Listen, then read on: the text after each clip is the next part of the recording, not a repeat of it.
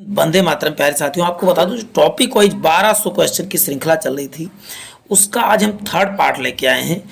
किसी पार्ट में 3 चैप्टर शामिल किए जाते, किसी में 4, किसी में 2। तो आज मैं दिखा दे रहा हूँ आपको कि कौन कौन सा शामिल कर रहा हूँ, कौन कौन से हो चुके हैं। आपको देखिए, जितना मैं ऊपर दिखा रहा हूँ ये सब पहले से ही अपलोड है। इसमें केवल बस सूक्ष्म जीवाणु और ये सब नहीं अपलोड है, इसको मैं नेक्स्ट वीडियो में अपलोड करूँगा। अभी देखिए, ये सब पहले से हो चुके हैं। अभी कल के वीडियो पाचन तंत्र तथा श्वसन तंत्र का अपलोड हो चुका था। अब जो है हमारा टॉपिक, इसको मैं थोड़ा सा रोक के रखता हूँ, रक्त प्रसंचरण तंत्र। आज जो हमारा टॉपिक होगा उत्सर्जन तंत्र होगा और कंकाल तंत्र, दो को शामिल करूंगा। और सभी धीरे धीरे करके, देखिए मैं दिखा दे रहा हूँ, ये सब चैप्टर आने वाले समय में सब धीरे धीरे अपलोड होंगे। तो वीडियो को ध्यानपूर्वक देखें, और जिन्होंने भी चैनल को सब्सक्राइब नहीं किया, चैनल को सब्सक्राइब कर लो, बेल आइकन जरूर है। आज के सेशन को प्रारंभ करते हैं। आज के सेशन का पहला जो है उत्सर्जन तंत्र से क्वेश्चन है कि वृक्क की या किडनी की सबसे क्रियात्मक इकाई क्या है, कार्यात्मक इकाई क्या है। तो पहला आप क्या है, एरॉन है। दूसरा ऑप्शन है न्यूरॉन। तीसरा है नेफ्रॉन। और चौथा आर्टेरिस। तो इसका उत्तर प्यारे साथियों क्या हो जाएगा, इसका उत्तर हो जाएगा नेफ्रॉन। किडनी की या वृक्क की सबसे छोटी या कार्यात्मक इकाई है, क्या आप बताओगे, नेफ्रॉन है। चलते हैं, क्वेश्चन सभी मिलेंगे, इसलिए मैं बहुत ज़्यादा डिस्क्राइब नहीं करूंगा इसको। चलते हैं, क्वेश्चन है कौन सा मानव शरीर में जल की मात्रा को संतुलित करने के लिए उत्तरदायी है, यानी जल की मात्रा को कौन संतुलित करता है। तो पहला ऑप्शन है हृदय, दूसरा है यकृत, और तीसरा है वृक्क या किडनी, और चौथा है फेफड़ा या लंग्स। तो इसका उत्तर प्यारे साथियों आप क्या बताओगे, इसका उत्तर हो जाएगा वृक्क या किडनी जो है मानव शरीर में जल की मात्रा को क्या करता है, नियंत्रित करने के लिए, संतुलित करने के लिए उत्तरदायी है। नेक्स्ट, निम्नलिखित में किसका अपशिष्ट पदार्थ यूरिक अम्ल होता है, मतलब यूरिक अम्ल किस में निकलता है। तो आप बताओ, अमीबा का है कि तितली का है कि पक्षी का है कि ऊंट का है। तो आपको तो पक्षी जो है उत्सर्जन के रूप में क्या है, यूरिक एसिड निकाल, जबकि मनुष्य क्या है, यूरिया निकालते हैं उत्सर्जन के रूप में मूत्र के द्वारा। तो इसका उत्तर हो जाएगा पक्षी। तो पक्षी कौन सा, यूरिकेटोलिक कहलाते हैं। निर्जलीकरण के समय शरीर में किस चीज का अभाव होता है, शर्करा का, सोडियम क्लोराइड का, सोडियम फास्फेट का, पोटेशियम क्लोराइड का। तो आप जानते हैं NaCl का, NaCl का कमी होता है, नहीं कि नमक का। तो नमक का सूत्र क्या होता है, तो आप क्या बताओगे, सोडियम क्लोराइड होता है। तो इसका उत्तर क्या हो जाएगा, बी। सोडियम क्लोराइड के साथ जल होता तो और भी उपयुक्त ऑप्शन होता है जल का। चलते हैं, नेक्स्ट क्वेश्चन देखते हैं प्यारे साथियों। ऐसी दवा जो मूत्र उत्सर्जन को बढ़ाती है, एड्रिनल है कि मोनोयूरेटिक है कि डायूरेटिक है कि ट्रायूरेटिक है। तो ऐसी कौन सी दवा जो मूत्र के उत्सर्जन में जो है को बढ़ाती है, तो डायूरेटिक दवा कहलाती है। यानी ऑप्शन क्या है प्यारे साथियों, सा करेक्ट हो जाएगा, सी करेक्ट हो जाएगा। मूत्र में असामान्य घटक कौन सा है, यूरिया है, कैरोटीन है, अल्बुमिन है, सोडियम है। मूत्र में असमान घटक क्या है, तो आप क्या बताओगे साथियों, अल्बुमिन क्या है, मूत्र का असामान्य घटक है। अल्बुमिन के कारण ही मूत्र क्या। चलते ही नेक्स्ट क्वेश्चन देखते हैं प्यारे साथियों। निम्नलिखित में से मूत्र का असामान्य घटक, देखिए बात हो चुकी है।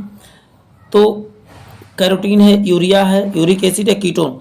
तो इसका उत्तर प्यारे साथियों क्या हो जाएगा, कीटोन बॉडी जो है भी क्या है, मूत्र का असमान घटक है। लेकिन यूरिया तो असमान घटक नहीं, नॉर्मल घटक है। यूरिया मूत्र में पाया जाता है। यदि जब पब्लिक टॉयलेट में गंध किसके कारण से, जब आप टॉयलेट करते हो थोड़ी देर के बाद यूरिया किस में कन्वर्ट हो जाता है, तो आप बताओगे अमोनिया में कन्वर्ट हो जाता है और गंध आने लगती है तेज। नेक्स्ट है, भ्रूण का एलेंटोज किस में सहायक है, भ्रूण में एलेंटोज किसका सहायक है। तो आप क्या बताओगे प्यारे साथियों, उत्सर्जन में सहायक है। यानी भ्रूण में उत्सर्जन किसके द्वारा होता है, तो एक पार्ट होता है उसमें एलेंटोज होता है, उसके द्वारा उत्सर्जन होता है। नेक्स्ट है, कौन सा अंग जल और वसा व दूसरे अपशिष्टों को उत्सर्जन करता है। तो आप क्या बताओगे, कौन सा अंग है। तो इसका उत्तर वृक्क, किडनी क्या करता है, जल, वसा तथा दूसरे अपशिष्टों को क्या करता है, शरीर के बाहर से निकालता है। तो आपको मुख्य उत्सर्जी अंग कौन सा है, तो बताओ किडनी या वृक्क ही आपको बताना है। चलते हैं, हेमिकार्डेट किसकी सहायता से उत्सर्जन करते हैं। तो आप क्या बताओगे, हेमिकार्डेट किसकी सहायता से। तो मॉलफिलियन ट्यूबुल के द्वारा जो है ये उत्सर्जन करते हैं, यानी बाहर निकालते हैं अपशिष्ट पदार्थ को। ये कह सकते हो उत्सर्जन का मतलब होता है उत्सर्जी पदार्थ को बाहर निकालना। चलते हैं, निम्नलिखित में से किस कपाट रहित हृदय होता है, किसमें कपाट रहित हृदय होता है, स्तनपायी में, शरीर में, मछली में, उभयचर में। तो इसका उत्तर क्या हो जाएगा प्यारे साथियों, मछली में जो है कपाट रहित हृदय पाया जाता है, मतलब इसमें कपाट नहीं पाया जाता है। नेक्स्ट है, दूध के वितरण से पूर्व उसके स्थायीकरण हेतु कौन सा ताप उपचार किया जाता है? तो इसका उत्तर क्या हो जाएगा? किस ताप? तो आप बताइए पौष्टिकरण का रहता है कि आप जानते हो दूध आप लाते हैं पैकेट वाला, वो काफ़ी समय तक सही रहता है, वो किसके पौष्टिकरण पाश्चरीकरण प्रक्रिया से क्या कर दिया जाता है, उसको उसकी ड्यूरेबिलिटी बढ़ा दी जाती है। चलते हैं नेक्स्ट क्वेश्चन देखते हैं। पाश्चराइजेशन का नियम किसने दिया? तो लुई पाश्चर ने दिया था। मानव शरीर का कौन सा अंग नाभिकीय विकिरणों से अधिक प्रभावी होता है? तो आंख है कि फेफड़ा है कि त्वचा है कि अस्थिमज्जा? तो इसका उत्तर प्यारे साथियों क्या हो जाएगा? त्वचा जो है नाभिकीय विकिरण के द्वारा सबसे अधिक प्रभावित होता है, इसी से स्किन कैंसर हो जाता है। पक्षियों में एकल क्या होता है? वृक्क होता है कि फेफड़ा होता है कि वृषण की अंडाणु की अंडक? तो सब क्या एकल होता है? तो बताओ अंडाणु या अंडज क्या होता है, आप बताओगे इसमें? अंडक जो है एक ही होता है पक्षियों में। चलते हैं। हमारे शरीर में त्वचा के नीचे वसा की परत किसके प्रतिरोध के रूप में कार्य करती है? वसा की परत किसके प्रतिरोध में कार्य करती है? उष्मा को कम हो, शरीर में उष्मा का कम होना, शरीर में आवश्यक पदार्थों का कम होना, शरीर में लवण मात्रा की कम होना, या शरीर में वातावरण हेतु? तो इसका उत्तर क्या हो जाएगा?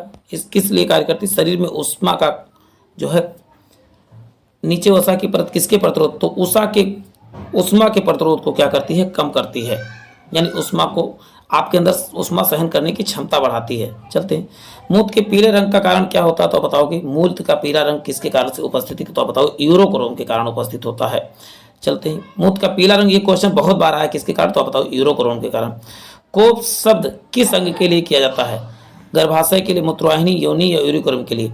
तो कोक शब्द किसके लिए किया जाता है? तो बताओ गर्भाशय के लिए कोक शब्द का प्रयोग किया जाता है। नेक्स्ट, स्तनपायी भ्रूणों के अपशिष्ट पदार्थ किसकी सहायता से उत्सर्जित करते हैं? तो इसका उत्तर क्या हो जाएगा? गर्भनाल के सहायता से जो है, जो स्तनपायी भ्रूण जो होते हैं, भ्रूण यानी कि जो पेट में बच्चे होते हैं, वो किसकी सहायता से? तो गर्भनाल के सहायता से क्या करते हैं? उत्सर्जन करते हैं। उत्सर्जन मतलब अपने अपशिष्ट पदार्थ को बाहर निकालते हैं। स्तनपायी में उत्सर्जन का मुख्य कार्य कौन सा अंग करता है? तो आप बताओ कि किडनी या वृक्क ही क्या है? मुख्य उत्सर्जी अंग है। चलते हैं। निम्नलिखित में कौन सा पदार्थ सामान्यतः मूत्र में पाया जाता है? रक्त, प्रोटीन, क्रिएटिनिन, या लाल रक्त कणिकाएं, या श्वेत रक्त कणिकाएं? मूत्र में क्या पाया जाता है? आप क्या बताओगे?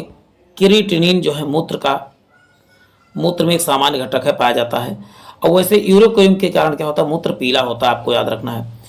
कौन सा अंग तिलचट्टा का उत्सर्जी अंग है? मादा फिलीजियन ट्यूबल्स है, नेफ्रेडिया है, या कोकल्स है, या ग्रीन ग्रंथि है? तो आप इसका उत्तर क्या बताएंगे?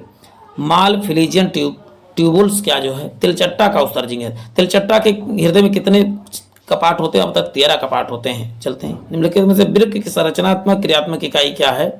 तो इसका उत्तर हो जाएगा फ्रेयान जो है, अभी बात हो चुकी है, नेफ्रॉन। कौन सा अपशिष्ट पदार्थ नहीं है? मतलब अपशिष्ट पदार्थ जो बेकार पदार्थ जो शरीर का निकलता है नहीं है। तो आप सभी लोग जानते हैं कार्बोहाइड्रेट क्या है? ये हमारे शरीर के लिए आवश्यक पदार्थ है, ना कि अपशिष्ट पदार्थ है। तो ऑप्शन क्या हो जाएगा? सा करेक्ट हो जाएगा। जबकि यूरिया क्या हमारे उस जो मूत्र के रूप में क्या निकालते हैं? तो बताओ यूरिया निकालते हैं। मानव अपशिष्ट के रूप में क्या निकालता है? तो बताओ यूरिया जो है मानव अपशिष्ट के रूप में निकालता है। जबकि मछलियाँ क्या निकालती है? मछलियाँ अमोनिया निकालती हैं अपशिष्ट पदार्थ के रूप में। केटाबोलिक अपशिष्ट पदार्थों जैसे जल, वसा आदि का उत्सर्जन कौन करता है? तो अभी बात हो चुकी है केटाबोलिक तो वृक्क या किडनी ही करता है। जल वसा आदि का उत्सर्जन जो है कौन करता है? तो वृक्क या किडनी ही करता है। आपको याद रखना, बहुत ज़बरदस्त क्वेश्चन आपके लिए ला रहा हूँ, तो आपका भी कर्तव्य बनता है कि वीडियो लाइक जरूर कर दिया करें। नेक्स्ट है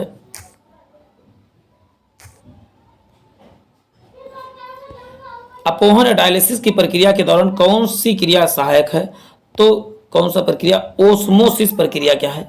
डायलिसिस किसकी की जाती है? तो किडनी की जाती है डायलिसिस। जब किडनी सही से कार्य नहीं कर रहा होता तो उस प्रक्रिया को बोलते हैं ओस्मोस। यूरिया में सर्वाधिक अधिकता किसमें होती है? तो अकृत पोर्टल सिरा में, पश्च धमनी में, यकृत सिरा में, वृक्क सिरा में? तो इसका उत्तर प्यारे साथियों क्या हो जाएगा? यकृत सिरा में जो है किसकी यूरिया की सर्वाधिक अधिकता होती है। निम्नलिखित मूत्र किस पदार्थ का होना संभव है? मूत्र में किस पदार्थ का होना? रक्त, प्रोटीन, क्रिएटिनिन, लाल रक्त का, श्वेत कणिकाएं? तो इसका उत्तर क्या हो जाएगा? क्रिएटिनिन। अभी बात हो चुकी। क्रिएटिनिन या क्रिएटिनाइन जो है मूत्र में होना एक सामान्य घटक है, क्रिएटिनिन। चलते हैं। मानव मूत्र में भंडार कहाँ पर होता है? वृक्क में, मूत्राशय में, यकृत में, नेफ्रॉन में? मूत्र का भंडारण कहाँ पर होता है? तो बताओ मूत्र का भंडारण आप बताओगे मूत्राशय में होता है। चलते हैं। नेक्स्ट क्वेश्चन देखते हैं प्यारे साथियों। यूरिक अम्ल यूरिक अम्ल निम्नलिखित में से किसका उत्सर्जी अंग है? मनुष्य का है, मेढक का है, मछली का, पक्षी का?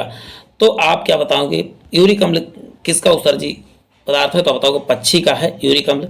नेक्स्ट है, मानव शरीर में वृक्क में निम्नलिखित में से क्या कार्य है? वृक्क का काम क्या है? तो उत्सर्जन है, श्वसन है, पाचन है, परिवहन। बहुत बार बात हो चुकी, इसका कार्य क्या है? तो वृक्क का कार्य, मुख्य कार्य क्या है? उत्सर्जन है।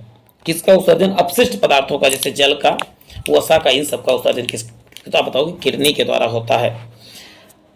चलते हैं नेक्स्ट क्वेश्चन। मानव शरीर में किस यंत्र से नेफ्रॉन का संबंध है? तो परिसर्जन, परिवहन तंत्र से, उत्सर्जन तंत्र से, जनन तंत्र या श्वसन तंत्र से? तो नेफ्रॉन का संबंध किससे है? तो बताओगे उत्सर्जन तंत्र से। किडनी की कार्यात्मक इकाई क्या कहलाती है? तो नेफ्रॉन कहलाती है। अभी हमने देखा उत्सर्जन तंत्र। अब हमारा नेक्स्ट टॉपिक क्या गया? कंकाल तंत्र। कंकाल तंत्र से जितने भी क्वेश्चन बन सकते हैं उनको इस वीडियो में देखने जा रहे हैं इस सेशन में। मानव कंकाल तंत्र कुल कितनी अस्थियों से मिलकर बना है? तो सभी लोग जानते हैं कितना, 206। बच्चों में कितनी होती है? लगभग 300 होती है। तो ये आपको याद रखना है प्यारे साथियों। नेक्स्ट है, मानव शरीर में कुल कितनी अस्थियां होती हैं? अभी बात हो चुकी। तो आप मानव शरीर में कितनी कुल अस्थियां होती? तो आप बताओगे 206 अस्थि होती है। यानी कि ऑप्शन प्यारे साथियों क्या हो जाएगा? सी करेक्ट हो जाएगा। मानव मस्तिष्क के कुल कितने भाग होते हैं? 2 होते हैं, 3 होते हैं, 4 या 5? तो इसका उत्तर क्या हो जाएगा प्यारे साथियों? 4 होते। मानव मस्तिष्क में कुल कितने भाग होते हैं? तो आप बताओगे 4। साथ साथ आप कमेंट बॉक्स में भी आंसर करते रहे तो ज़्यादा अच्छा रहेगा। आप सब कमेंट करते रहिए, कमेंट कीजिए कि मानव शरीर में सबसे लंबी अस्थि कौन सी है? किसका आंसर पहले आ रहा है? ह्यूमरस है कि अस्थिमज्जा है कि फीमर है कि कमर की हड्डी है? तो इसका उत्तर प्यारे साथियों क्या हो जाएगा? मानव शरीर की सबसे लंबी अस्थि क्या है? फीमर। इसी को उरु अस्थि के नाम से जाना जाता है। ये जांघ में पाई जाती है। चलते हैं नेक्स्ट क्वेश्चन। सबसे छोटी हड्डी कौन सी? तो आप बताओगे स्टेपीज सबसे छोटी हड्डी है। अब नेक्स्ट है, देखिए मानव कंकाल परीक्षण किसके लिए किया जाता है? मस्तिष्क क्षमता के लिए, आंतरिक आय के लिए, आंतरिक ऊंचाई के लिए या डेंसिटीज के लिए?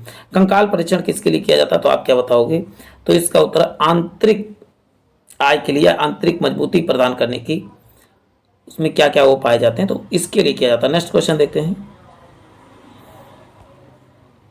कुल कितनी पेशियां मानव शरीर में पाई जाती हैं? तो मानव शरीर में कुल कितनी पेशियां पाई जाती हैं?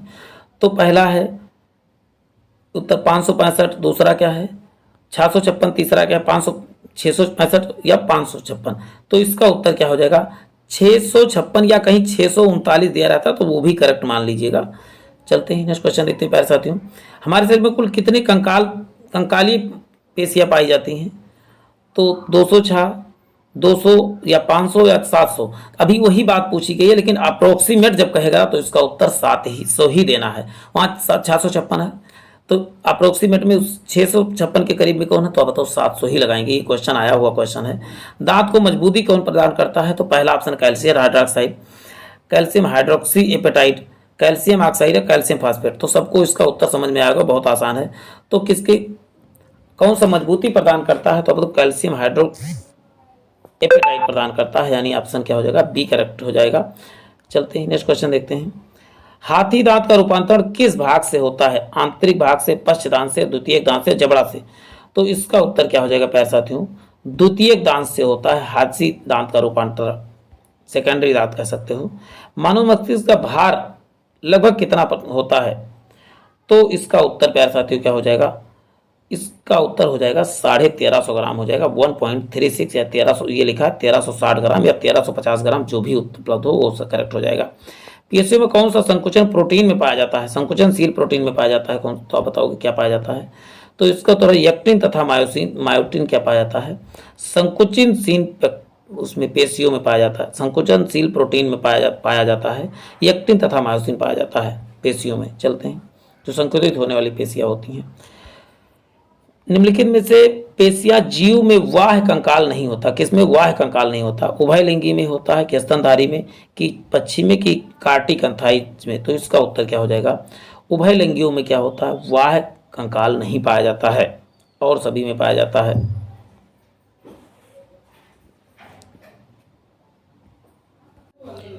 नेक्स्ट क्वेश्चन पर, निम्नलिखित में से किससे अत्यधिक पसलियां पाई जाती है? किसमें अत्यधिक पसलियां? मगरमच्छ में, सांप में, रे मछली में या उड़न स्तनपाई में, उड़नशील स्तनपाई में?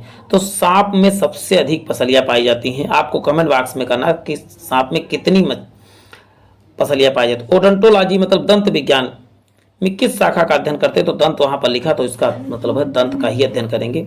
बुद्धिमत्ता दांत यानी कि बुद्धि चवर्णक है, प्रथम चवर्णक है या द्वितीय चवर्णक है, तृतीय चवर्णक है या चतुर्थ है, तो आप बताए बुद्धि वाला दांत किसे, तो तृतीय चवर्णक को कहते हैं। आप 4 चवर्णक होते हैं, तृतीय चवर्णक को क्या कहा जाता है, तो आप बताओगे तृतीय चवर्णक को बुद्धिमत्ता दांत या बुद्धि चवर्णक कहा जाता है। ऑस्टियोसाइट कहाँ उपस्थित होते हैं, ऑस्टियोसाइट आप क्या बताओगे, अस्थि में ही ऑस्टियोसाइट उपलब्ध होते हैं, यानी ऑप्शन क्या हो जाएगा, ये करेक्ट हो जाएगा। अनुप्रस्थ बृहदांत किसका भाग है, यानी बड़ी या अनुप्रस्थ बृहदांत किसका भाग है, तो आप क्या बताओगे, बड़ी आंत का भाग ही है। अब यहाँ बृहद लिखा है तो बड़ी ही होगा, आप इसको बड़े आराम से लगा सकते हैं। बृहदांत है मतलब बृहद मतलब बड़ी होती है। ऑक्सीपिटल कहाँ पर उपस्थित होती है, तो ऑक्सीपिटल ये देखिए हड्डी वाला पार्ट है, तो ऑक्सीपिटल आप जानते हैं कपाल में या मस्तिष्क में उपस्थित है ऑक्सीपिटल। पक्षियों के पंख क्या होते हैं, खाल के बाहर की ओर घुमाव होता है, परिवर्तित अग्रपाद है, परिवर्तित पश्चपाद है, नवीन पश्चपाद है, तो इसका उत्तर क्या हो जाएगा, परिवर्तित अग्रपाद जो होता है, पश्चिमों के पंख होते हैं, परिवर्तित पद अग्रपाद है, उनका पांव का ही एक भाग है क्या, पंख। ऑस्टियोसाइट कहाँ पर पाए जाते हैं, ऑस्टियोसाइट आपको अभी बात हो चुकी है, अस्थियों में पाए जाते हैं। मानव शरीर में उपास्थि कहाँ पाए जाते हैं, तो पहला ऑप्शन है जीभ, दूसरा नाक, तीसरा गाल, चौथा नाखून, तो इसका उत्तर क्या हो जाएगा प्यारे साथियों, कहाँ पाए जाते हैं, तो आप बताओगे कार्टिलेज कहाँ पाए जाते हैं, कार्टिलेज उपास्थि आप बताओगे किसमें, नाखून में पाए जाते हैं, सॉरी नाक में पाए जाते हैं। नेक्स्ट क्वेश्चन देखते हैं प्यारे साथियों, ऐसे कशेरुकीय प्राणी कौन से हैं जो रेंग कर या घसीट कर मंद गति से चलते हैं, स्तनपायी हैं कि उभयलिंगी है कि मोलस्का है कि सरीसृप है, तो घसीट कर रेंग कर चलते हैं, तो आप क्या बताओ, सरीसृप जो है रेंग कर चलते हैं। जितने भी सरीसृप हैं लगभग सभी क्या है, रेंग कर ही चलते हैं। नेक्स्ट क्वेश्चन देखते हैं प्यारे साथियों, किन जीवों में जबड़े अनुपस्थित होते हैं, जबड़े किसमें अनुपस्थित होते हैं, पक्षियों में, मछलियों में, प्रोकार्डेटा में, सरीसृपों में, तो इसका उत्तर क्या हो जाएगा प्यारे साथियों, प्रोकार्डेटा में जो है जबड़े नहीं होते हैं, जैसे मनुष्य के जबड़े होते हैं। अकशेरुकीय जीवों में क्या अनुपस्थित होता है, तो आप क्या बताओगे क्या अनुपस्थित होता है, पृष्ठ रज्जु, पीछे वाला जो मेर रज्जु होता है वो अनुपस्थित होता है अकेरुक, जिसमें कशेरुक नहीं होता कह सकते हैं, तो उसमें पृष्ठ रज्जु या कशेरुक दंड नहीं पाया जाता है। हाथी दंत का विस्तार किससे होता है, तो हाथी दंत का विस्तार किससे होता है, तो ऊपरी कृंतक से या ऊपरी कनाइन से होता है। चलते हैं, वायुधारी अस्थियां किसमें पाई जाती हैं, तो आप बताओगे वायुधारी अस्थियां मतलब वात अस्थियां किसमें पाई जाती है, छिद्रुक, तो आप बताओगे पक्षियों में पाई जाती है। कौन सा वर्ग में दांत अनुपस्थित होते हैं, किसमें दांत नहीं होते हैं, मोर शुतुरमुर्ग में की कछुआ में, उल्लू टोरिस की लौवा कौवा में, मगर कच्छप या कछुआ में, या कच्छप की भी है गाय में, तो इसका उत्तर प्यारे साथियों क्या हो जाएगा, मोर शुतुर्ग और कछुआ में क्या नहीं पाया जाता, तो दांत इनमें नहीं पाया जाता, ये आपको याद रखना है। श्रिंग वॉइस बॉक्स किसमें उपस्थित होती है, उभयलिंग में होती, सरीसृप में, पक्षी में, कि स्तनपायी में, तो इसका उत्तर क्या हो जाएगा, श्रिंग जो है वॉइस बॉक्स किसमें पाया जाता है, तो बताओ पक्षियों में पाया जाता है। निम्नलिखित कशेरुकीय प्राणियों में से किसमें बाह्य कंकाल अनुपस्थित होता है, मतलब बाहर कंकाल नहीं होता है, तो अभी बात हो चुकी है कॉर्डिकथाइस में जो है अनुपस्थित होता है। अच्छा, पिछला वाला क्वेश्चन वो गड़बड़ हो गया था, थोड़ा सा हमने फास्ट करवा दिया। किसमें उपस्थित होता है बाह्य कंकाल, मतलब कंकाल बाहर होता है, तो मतलब कार्डिकथाइल में, जिससे मनुष्य में भी कंकाल अंदर होता है, उभयलिंगी में भी, पक्षी में सब कंकाल या हड्डियां अंदर होती है, लेकिन कॉर्डिकथाइस में जो है हड्डियां जो है बाहर होती हैं। चलते हैं, इनमें किसमें कंकाल अनुपस्थित होता है, तारा मछली में, स्पंज में, जेली फिश में, या सिल्वर फिश मछली में, तो किसमें कंकाल नहीं होता, बताओ सिल्वर फिश में जो है कोई भी कंकाल नहीं पाया जाता है। चपटे गद्दीदार पैरों से युक्त रेगिस्तान में आसानी से चलते हैं, क्योंकि इसमें क्या होता है, आप जाने संपर्क क्षेत्र का क्षेत्रफल ज़्यादा होने से कारण रेत का दबाव क्या होता है, कम हो जाता है। आप कभी भी देखो, आप पैर रखो धंस जाओगे, लेकिन लेट जाओ तो आपका शरीर नहीं धंसती, क्योंकि आपका क्षेत्रफल बढ़ जाता है, क्षेत्रफल बढ़ने से दाब कम हो जाता है। टेनिया सोलियम या टेप वर्म किसमें परजीवी के रूप में जीवन व्यतीत करता है, तो आप क्या बताओगे, मानव आंत में जो है टेप वर्म होता है, जो हमारे लिए हानिकारक होता है। शरीर को गर्म रखने के लिए निम्नलिखित में से कौन सी संरचना स्तनपायी की त्वचा में पाई जाती है, तो क्या बताओगे, श्वेत ग्रंथियां पाई जाती हैं, हमारे तापमान को क्या करती हैं, मेंटेन रखती हैं श्वेत ग्रंथियां। एक फेफड़ा में कुल कितने पाद होते हैं? एक फेफड़ा में कुल कितने पाद होते हैं तो आप क्या बताओगे प्यारे साथियों? एक केकड़ा में कुल कितने, फेफड़ा नहीं, केकड़ा में कुल कितने, तो आप बताओ 8 पैर होते हैं। अक्ल दंत या बुद्धि दांत क्या है? तो बुद्धि दांत आप बताओ तृतीय चवणक होता है। तृतीय चवणक क्या होता है? आपने दांत चैप्टर पढ़ा होगा, चवणक वगैरह पता होगा, तृतीय चवणक को क्या कहते हैं? बुद्धि दांत का था। टूटी हड्डियों को जोड़ने निम्नलिखित में किसका लेपन किया जाता है? तो आप क्या बताओगे? सफेद सीमेंट, सफेद लेड या जिंक ऑक्साइड या प्लास्टर ऑफ पेरिस? तो इसका उत्तर क्या हो जाएगा? प्लास्टर ऑफ पेरिस का प्रयोग किया जाता है सफेद हड्डियों को, टूटे हड्डियों को जोड़ने के लिए। मानव में कुल कितने अस्थायी दांत होते हैं? तो अस्थायी दांत 20 होते हैं जो टूट जाते हैं और फिर 20 वो उगते हैं। निम्नलिखित में से संयोजी ऊतक नहीं है। कौन सा संयोजी ऊतक नहीं? वसा ऊतक है कि सघन कठोर हड्डी की हृदय पेशिया की संयोजक ऊतक? तो इसका उत्तर क्या हो जाएगा?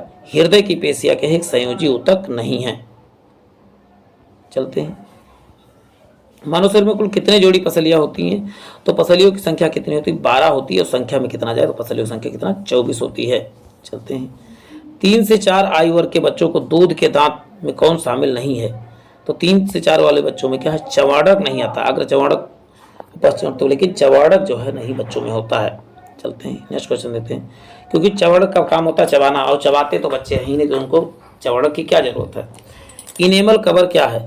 तो दंत आवरण है, दंत धातु है, सीमेंट है, सीमेंट हुआ दंत धातु। तो इनेमल कवर क्या है? तो आप बताओगे दंत आवरण, यानी दांत के ऊपर जो कवर लगाया जाता है उसे कहा जाता है इनेमल कवर कहा जाता है। लगा होता है, सफेद सफेद होता है। मनुष्य में कुल कितने कशेरुकी खंड होते हैं? तो कुल कशेरुकी खंड कितने होते हैं? तो आप बताओगे 33 होते हैं। चलते हैं, हिंज जोड़ कहाँ पर होती है? कोल्हा में होती है कि कोहनी में होती है, कंधे में कि कलाई में? तो हिंद जोड़ आप क्या बताओगे प्यारे साथियों? कोहने में, कोहनी की जोड़ को हिंद जोड़ कहा जाता है।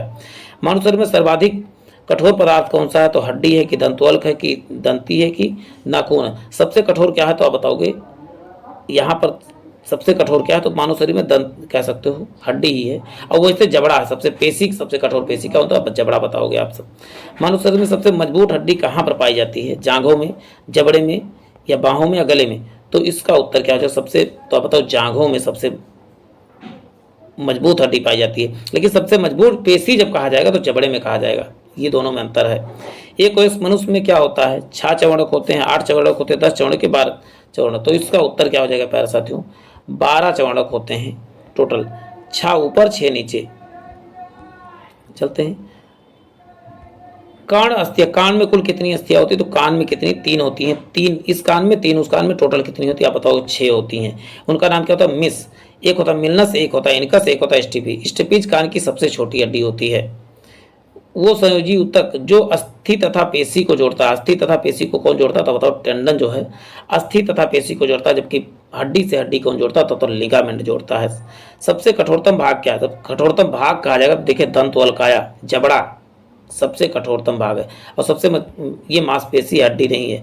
मानव में कितने प्रकार के दांत पाए जाते हैं? तो कुल कितने आप बताओगे? 4 प्रकार के दांत पाए जाते हैं मानव में। चलते हैं, नेक्स्ट क्वेश्चन देखते हैं। हमारी अस्थियां तथा दांत का सामान्यतः किसके बने होते हैं? तो इसका उत्तर क्या होता है? ट्राई कैल्शियम फॉस्फेट के बने होते हैं हमारी अस्थियां और दांत। याद रखना है आपको, बहुत इंपॉर्टेंट क्वेश्चन इसमें शामिल किया गया है प्यारे साथियों। स्तनपायी में पाया जाने वाली श्वेत ग्रंथियां मुख्यतः किससे संबंधित हैं? तो आप बताओगे ये क्या करती हैं? तापमान को क्या करती हैं? संतुलन करती है। पसीना निकलता तभी हम तापमान को संतुलित कर पाते हैं। किस विटामिन की कमी से शिशुओं में हाथ पैर में हड्डियां मुड़ जाती हैं? तो हड्डियां किसकी कमी से मुड़ जाती है? तो आप बताओ विटामिन के की कमी से हड्डियां जो होती हैं मुड़ जाती हैं। चलते हैं, सोडियम पंप किसका संचालन करता है? तो सोडियम पंप आप क्या बताओगे प्यारे साथियों?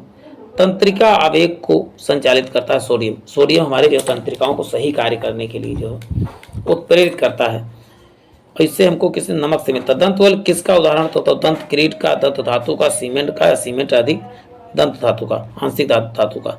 तो सीमेंट कर किरीट का उदाहरण क्या है? तो बताओ दंतवल्क है। पेशियों को संकुचन हेतु कौन सी प्रोटीन उत्तरदायी है? तो आप क्या बताओगे? यक्टिन तथा मायोसिन जो है पेशियों के संकुचन हेतु, जैसे जहाँ क्या होता है पेशियां बार बार मुड़ती हैं, वहां पर क्या होता है? यक्टिन तथा मायोसिन प्रोटीन पाया जाता है उसमें। चलते हैं, नेक्स्ट क्वेश्चन देखते हैं। हमारे शरीर में त्वचा के नीचे उपस्थित वसा किसके विरुद्ध कार्य करता है? तो आप क्या बताओगे प्यारे साथियों? शरीर का ताप कम करने के लिए, आवश्यक तरल पदार्थों को कम करने के लिए, आवश्यक लवणों की कमी के लिए, वातावरण के सूक्ष्मजीवी प्रवेश के लिए। तो इसका उत्तर क्या हो जाएगा? आप बताओगे शरीर से ताप की कम करने के लिए कार्य करता है। चलते हैं, निम्नलिखित प्रोटीन से नाखून और खुरों के सींगों में निर्माण होता है, तो किसका बना होता तो बताओगे, किस प्रोटीन से बना होता तो बताओगे, कैरोटीन प्रोटीन। अब यहाँ पर कैरोटीन की जगह यहाँ केराटिन कर लें, ज़्यादा सही है, केराटिन प्रोटीन या केरेटिन, केरेटिन या केराटिन, जो भी रहेगा वो करेक्ट हो जाएगा। केराटिन रहे तो ज़्यादा सही है, कैरोटीन नहीं है, केराटिन है। चलते हैं, बालों का सफ़ेद या ग्रे हेयर होना किस वजह से संभव है, तो इसका उत्तर प्यारे साथियों क्या हो जाएगा, इपिडर्मल कोशिका में मिलान की कमी हो जाती, तब क्या होते हैं हमारे बाल क्या होते हैं सफ़ेद होने लगते हैं। पक्षियों को कीटों के पंख होते हैं, समजातीय अंग, विषमजातीय अंग, अवशिष्ट अंग या अवशेषीय अंग। तो पक्षियों कीटों के अंग कैसे होते हैं, तो आप बताओगे विषम जातीय अंग होते हैं। चलते हैं, मच्छरों में चलन हेतु कितने पाद होते हैं, मच्छरों में कुल कितने पाद होते हैं, तो आप क्या बताओगे 3 जोड़ी यानी 6 पैर होते हैं मच्छरों में।